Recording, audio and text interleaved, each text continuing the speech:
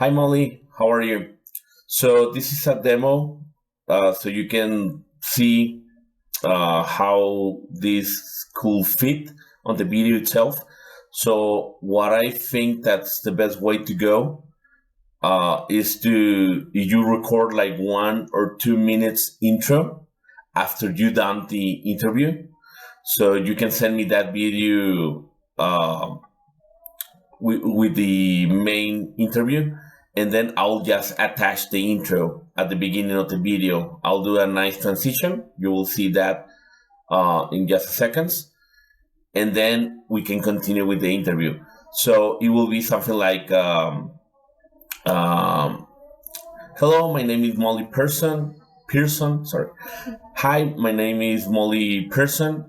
So the interview with Reverend Jessica Sharp was very interesting. We talk about Tantra Buddhism, the planning of end of life, uh, getting communication with loved ones after death, and you can continue in that line of thought, right?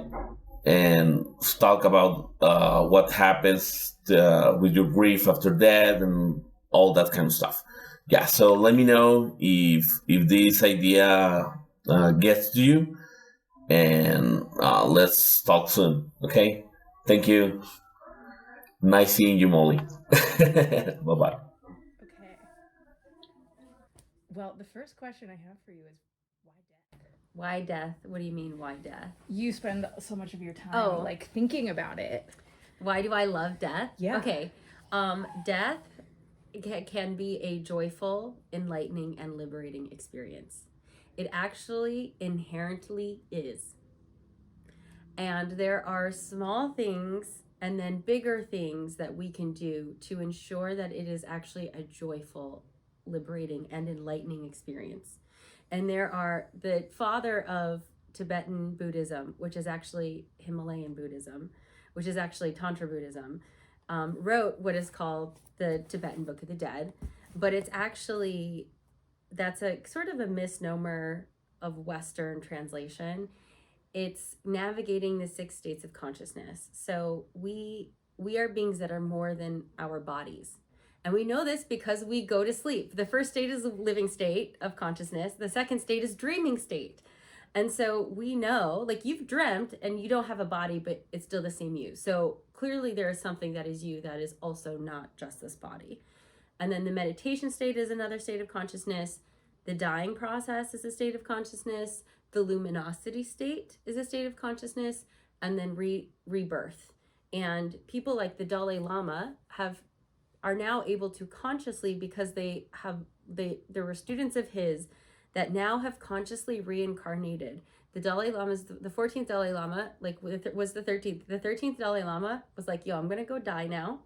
He like sat down and he was like, gave a little test to his students, and he's like, in 5 years, come find me. Here's how you find me. And here's the test to give the child to make sure it's me. And then they go, and 5 years later, they go and they find him, and ta-da, we have the 14th Dalai Lama. Like, the kid, they find it, the doors are the same, the names are the same, he passed the test. It's like, it's wonderful. And this is common knowledge in the East, but in the West, because death is taboo, we don't talk about, and then we don't learn about these miraculous and beautiful things. So death is a joyful, enlightening, liberating experience when we allow it to be. We don't even have to try, you just have to allow it. But Western conditioning and other things make that difficult. So there are small things we can do, and then there are big things we can do to prepare ourselves to help stack the deck for that experience. And it also is work that reaps tremendous benefits. So you know, like, not only are you better prepared for death, but guess what? Your life is gonna get better too. It's just true. Like, the more you're willing to be in this state of grace and letting go and trusting in God, and like having that awareness of self more than just this body, but also this body, because we got to be in the body to experience life if we're actually here. So yeah, that's why I'm stoked on death. What do you wish more people in the West knew about death? Reincarnation is like so central. It's such a central understanding to people in the East, like in India. Like, actually, the problem is, they all understand reincarnation. And so the joke is like, oh, I'll pick up the trash in the next lifetime. Like, that becomes their excuse for like why they want, like, so that's funny to be like, oh, I don't need to pick up the trash. I'll pick up my trash in the next lifetime. That's their relationship to reincarnation. People in the West, like, are skeptics, which is like the silliest thing. Just because you don't believe in electricity doesn't mean it doesn't exist and won't shock you. Like, so I think that like we have this huge blind spot around our understanding of reincarnation, the allowance of reincarnation. I think because of the need for like scientific information, which like science has not yet proven that we reincarnate. But that's also what the Himalayan Vedas and Buddhists call their work. They also call their work scientific. They also call their meditation techniques technology. So there's a huge blind spot that we know more than we do, and that we have something to teach them rather than something to learn, I think. Mm-hmm.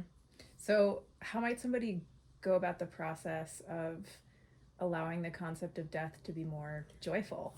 Well, first off, this book is a great place to start. The Tibetan Book of the Dead for beginners. And I recommend this book because basically the Venerable Lama Longchen Rinpoche, he wrote this at the beginning of COVID. So this is a very recent book. And this is like this is a Bible. This is like trying to pick up the Bible and understand it. Also, like, these are like the Bible for monks. Like monks who 24 hours a day are in service to God through prayer and basic human needs.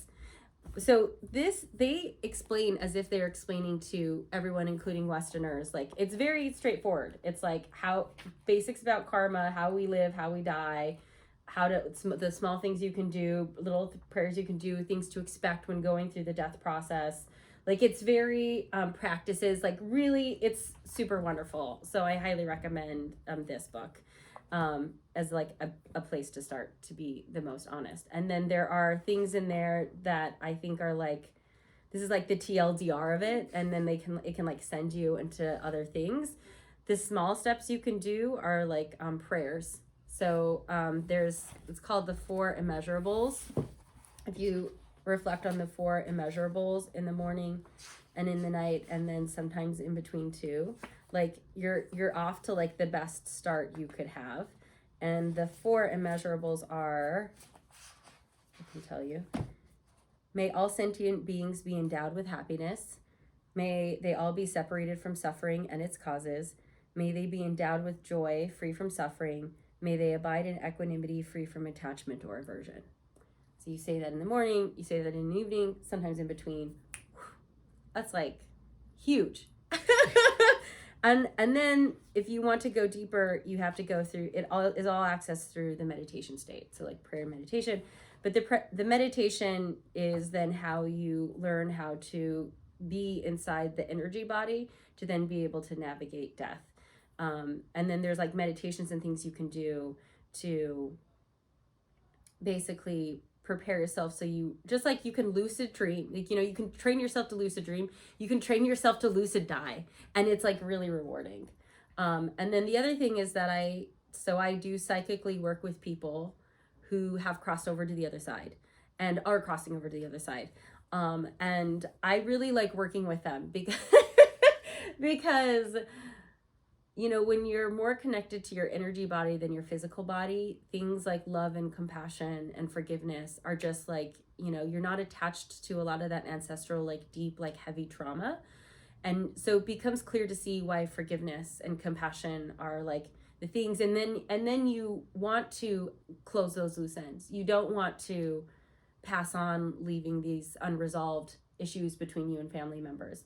And they can and do and are resolved at an astral level before they are resolved on a physical and emotional experiential level. So that's who I primarily work with, is like people. It's like, when you move out of a house, you clean it, then you get a deep cleaner. It's like, they understand this in the East. When you get out of your body, you want to do a cleaning also. So it's like good practice.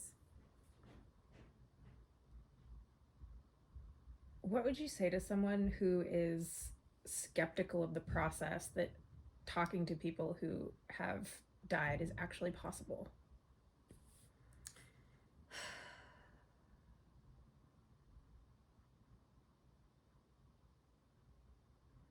I mean, I don't know. When I was a kid, I used to watch the like on cable people, like channelers and mediums who would talk to the dead people.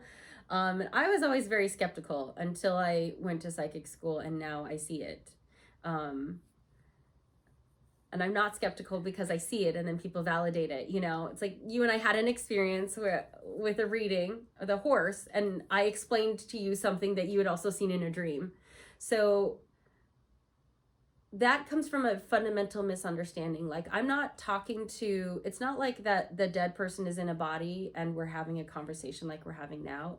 We're having an energetic conversation. So just like when I was doing the reading with you, I was looking at the sort of the metaphysical level of what was happening, and I was able to see that. That's also what I'm seeing when I'm working with people who've passed on. So I'm looking at the energy body that was there and that is still remaining. And if I relay that, it will trigger something inside yourself that you were like, I don't know how there's no way that I could know that about you. Mm-hmm. So I've just said in so many psychic readings that it's just clear to me. But yeah, the limiting beliefs get in the way of that. But oftentimes, I have people who pass on, and I've like spoken at memorials and things, and I will often contact the spirit of that person. And the spirit of that person, although it may not be in a body, the spirit of that person had a spirit. And that spirit would communicate in a certain way, regardless of time and space. And that's the essence that I'm connecting to. And that's the essence that's also freeing and liberating, and that like you can move on from. And I think the West there's just a lot of suffering in denying it. And I also think it's just from a disassociation that Western culture has. A very unhealthy relationship with death. Uh-huh. Do you get the sense that people who have passed on want to share things with or stay connected in some way to people who are here in this realm, still alive, family members, friends, people they've loved? Yeah, sometimes. Yeah, definitely. Also like animals. And some more than others, totally. The gift though is really in letting go. On all levels. Uh-huh. Because there is also a continued suffering that happens when the connection between the living and the dead are maintained not from a place of closure, but from a place of like continued attachment. Yeah. I mean, all the spiritual teachers are like, when it's time to go, move forward. I mean, we're here we're here learning lessons. We're experiencing, movement through time and space. It's like, but there's certain things you can only live and understand in the living, so it's like stay in living relationships, stay in living, like that's actually really important. Like if you're living, stay in living things, in a good way. There's something not good about investing so much into something that's a dead energy. But with that said, sometimes there are incompletions, and so those things linger, and that's the karma, and that's like, and it'll resolve when it resolves.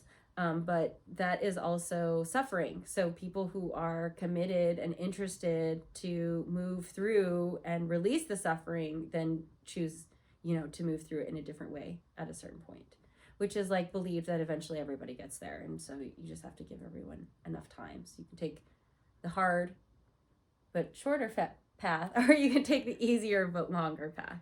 Uh-huh. Yeah, so what do you say to somebody who is stuck feeling pain or suffering because someone they love has passed on?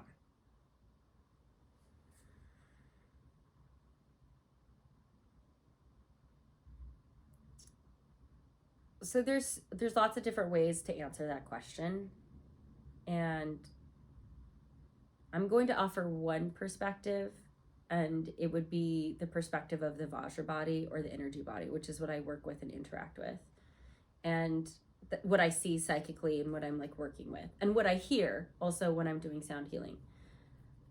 We have a Vajra body in this physical body, and that creates like our auric field. Oh, how are we doing on time? Great. Okay. Yeah. That creates our auric field. And we are here in life, in the living. And we have an agreement to be in the living, which is why we're here and we wake up every day. You know, it's only by the grace of God that we're actually alive, not that we're dead. Like it's, you know, it's like the other way around. But most people are so buried in things that don't see it that way. So you want to be in and with the living. And that's sort of like the process. Yeah, I would just say like that's, if you're in the living, be in the living. And I think a lot of people are stuck, and it's, you know, it's a lot of ideas, and it's a lot of, it's like, yeah, it's like the heavyweight, it's like the things that get accumulated. And that is also suffering. And actually suffering exists for a reason, and it's very effective, actually. Say more. Because you will undoubtedly hit such a deep level of suffering that something has to change. And yeah, like, so people just reach a certain point when they're just tired of, they can't handle the suffering anymore, and then they open themselves up to the possibility of better, and then they arrive there. Because living is like a changing, moving, morphing thing. So you know, you want to be in it, be connected to the vitality and the source and the life of things. And when you're done, like, be done and move on. And if you look at so when people are, what's happened is that their energy body, what I see looking through the Vajra body of when people have a hard time moving on after people have died, is that they merged energy with that person when they were with them. They had a merged energy field, and they identified from that merged energy field rather than their own energy field. So when that person dies, that energy field is half dead. It's got it and it is then and it cannot be sustained in the way that it was.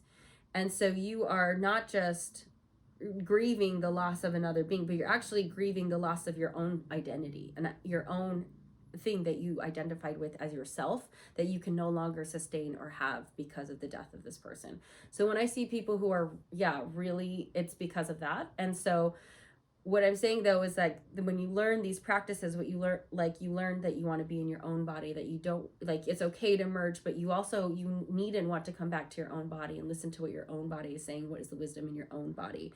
And that's, like, I think the biggest also challenge that we have as a really disassociated culture, and how actually death and fear keeping us out of our bodies keep trauma patterns and the powers that be in power. You mentioned a couple of minutes ago, like, a number of more simple practices that maybe somebody could start with, or that maybe you started with. Like, what are some of the, like, beginner friendly simple practices that somebody could start with? Yeah, great question. So simple things that you can do is a lot of people, just taking the first step of, like, thinking of, like, the living state, sort of thinking of the different states, you know, mastery of the different states of the living states. You can plan making a Google Doc, talking to your friends, then starting to put into place contracts and information, so that what's to happen with your body, your belongings, and your memorial, letting people know when your death happens how you want it to go. And that's what like this is. So this is like all that, like, your end of life planning, basically. So you basically start making small plans. Like for me, on my memorial, I want it to be a big feast. I want everyone to bring their favorite dish, and I want everyone to eat awesome ass food. And so now you know, but like part of that is me going around and telling people and talking to people about, so the people close to me know, and then starting to document it and putting it somewhere and sharing it with them, sharing it with multiple people, because we all don't know when we're going to die. And so going through that's like a small steps, and that can become bigger steps. And then the next thing is sleep. So just more awareness around, starting to do more self-awareness around the sleep state, work around sleep state work. And then meditation. So committing to a daily meditation practice is both the big step and the little step. That is also the foundational and required step to actually meaningfully do this work. And if you do not have a daily meditation practice, you cannot and actually will not make that big of a leap. Yeah, that's just true. Is that any particular type of meditation or a specific type?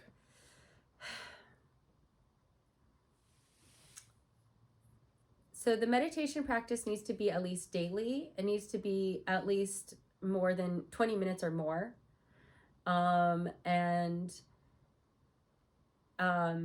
It has to contain some sense of stillness and quietness. So I say that because there are many different kinds and ways to meditate. So for example, somebody who does like, sticks or movement meditation, I think that is valid to a certain point. Because there's, in the monasteries, you sit still when you chant, because that's how you're going to get the most. You sit still when you go to do the deepest inner work, because that's how you take all of your attention. That's what you're doing, is you're creating your attention focus on that state of yourself rather than the state of yourself that is just your physical body. So but that's what trains you to be able to do everything else. And also the good news is that meditation ability is cumulative over lifetimes. So so like you're not just gonna get better in this like now, but like the more you meditate, the easier it gets in further lifetimes too. So and then the prayer that I shared, saying that once a day, saying that when you remember, and then like getting to a point where you're saying it in the morning and you're saying it in the evening. And that's called basically liberation through intention, like liberation through the intention of liberation for all. And that is like, the like a lot of the foundation for Tantra Buddhism. Can you talk more about the joy that is available through this practice of like really coming to grips with death and sitting with it? Totally. Okay, so I have Chris Smith, my friend Chris Smith, shared this quote with me that he heard at a Dharma talk, and it is that joy is the matriarch of all emotions, and she only shows up when all her children are invited. Wow, I love that. Yeah. So that's my definition of joy. That's the definition of joy that I hold. And that is a place, to be in a place where any and all emotions and experience are allowed. That is an intrinsic and in-out joy. And that, yes, that's like when you can be, death can help show us where our attachments and our aversions, because those are our suffering. And so they give us the opportunity then to move through, to cut those cords, so that we can then experience that liberation now. And then, like my teachers say, Jesus said, "Find ye first the kingdom of heaven within, and all the rest shall follow." That's like basically what that's saying. It's like saying that like I'm willing to go inside, find the peace inside, and allow everything to be as it is. And then that's when everything I want starts to come to me, because I'm not clinging. That's like when things don't happen, is that if I'm attached or I'm averse, it's like sticky suffering. But it's like there has to be a state of allowing before things can move harmoniously. And then that's joy. So it's like allowing all those emotions. Suddenly you're in the state of the container for all the emotions rather than just one of them. And that is joyful. Like that's, you know, an expansive joy that like the guru, you know, like I don't know if you like I've studied a bunch of gurus, and a lot of them are just like literally sitting in like ashrams, like I'm not kidding. There are yogis who are just meditating in caves, just like that's it, like not moving. They go into these states of samadhi for hundreds of years. They're keeping their body alive, and like, why? They're so deeply in the joy of just simply being in a human body that they don't need anything else, and they are blissed the fuck out. Yeah. So yeah, I want to know what that feels like. And death work is a part of that. And that's the joy. That's the joy and bliss that I think I'm talking to, or I'm pointing to, or seeking, and I think unlocking. Yeah, what has unlocking it been like for you? Well, I think it's more like there's this big gate, and sometimes it creeps up a little bit, and I get to look underneath before it like chops off again. So, yeah, it's liberating. It is. I think so. And also, you know,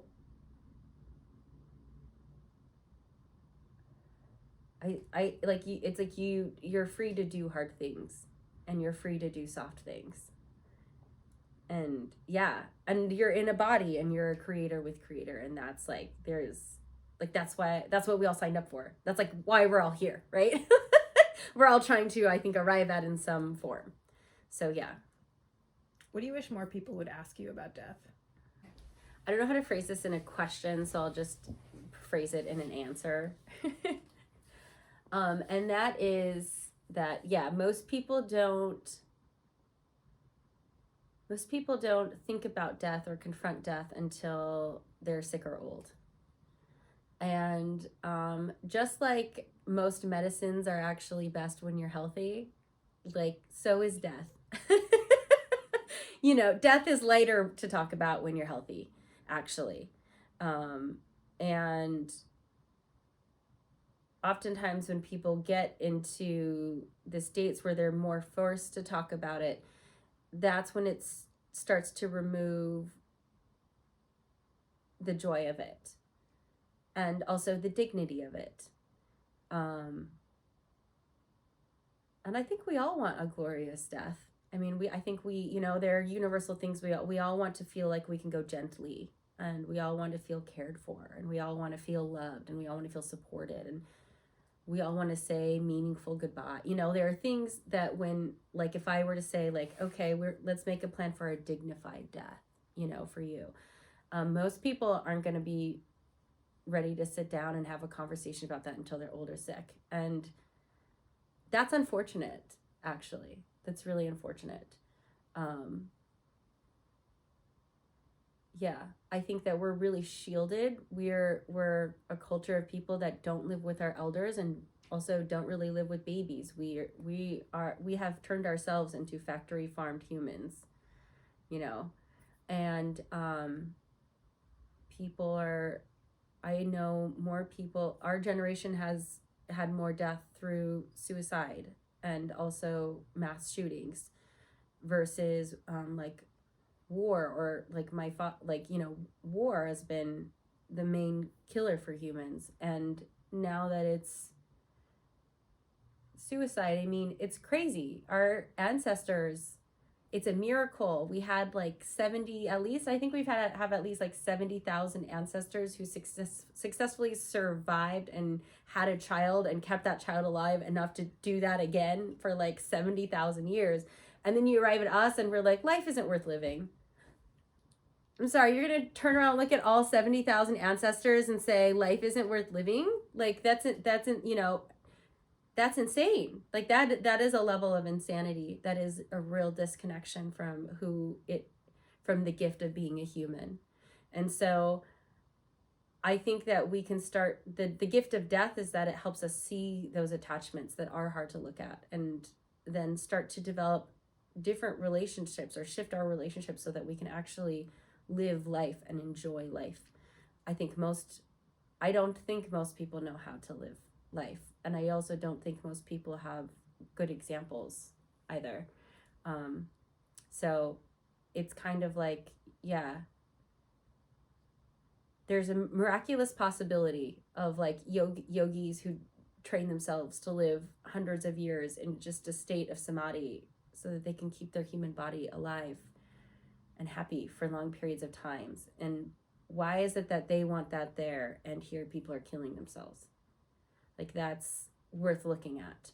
And as a person inside of that collective, how does that impact me individually? And then how am I in that awareness choosing to make small decisions differently every day so that I can start to live with and in the stream of life rather than dulled and disassociated from it.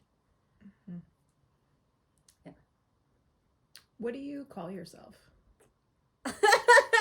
Well, I do call myself a death doula, like in that I do help that with my specialties in end-of-life planning and transitions, because I love helping people do energy body cleanings when they transition.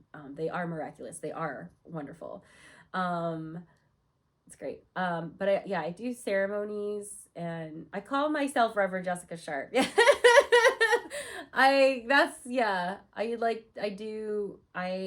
I seek to understand and embody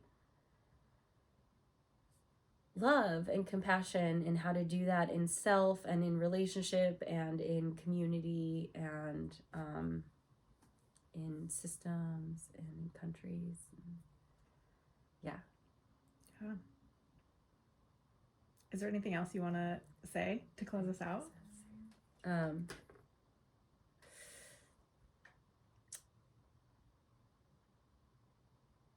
Yes. And that is that if somebody does want to get into the Tibetan Book of the Dead, there is some, and I can send you this also too. There's something called the preliminary practice. This is not that long. I've also recorded myself saying this on TikTok. So I have recordings of me saying these prayers. The preliminary practice is, they say it 100,000 times to be the basis to then build the understanding for everything else. It's a powerful prayer, and read it in the morning, read it at night, read it when you feel like it. I do it in the morning and in the evening. And then there's also what's called the root verses, and it's basically Guru Rinpoche, the author of this. It's like his TLDR for the 6 states of consciousness. It's literally like, that's it. It's like so short. It's so stinking short. And the idea is that if you memorize these, then you basically have memorized the cheat code for how to navigate that state of consciousness. So yeah, that's what I would leave it on. So like, there are little steps people can take, and then there are bigger steps, and the bigger steps are actually not that much bigger. It's just like, okay, can you take 5 to 20 minutes morning and evening to recite these prayers? I read them, or I listen to them on Spotify, or I record myself on TikTok, so I listen to myself, read them to myself also when I feel too tired to like read, so that I can eventually memorize it. But that, that's how in Eastern tradition, a lot is passed down, like mantras and things. It's like when there's encoded in this block of text is something deeper than just the text, and the more you traverse the mountain of the text, the more you can pick up the rock underneath it and the rock underneath it, and then arrive at your own top of the mountain, which like is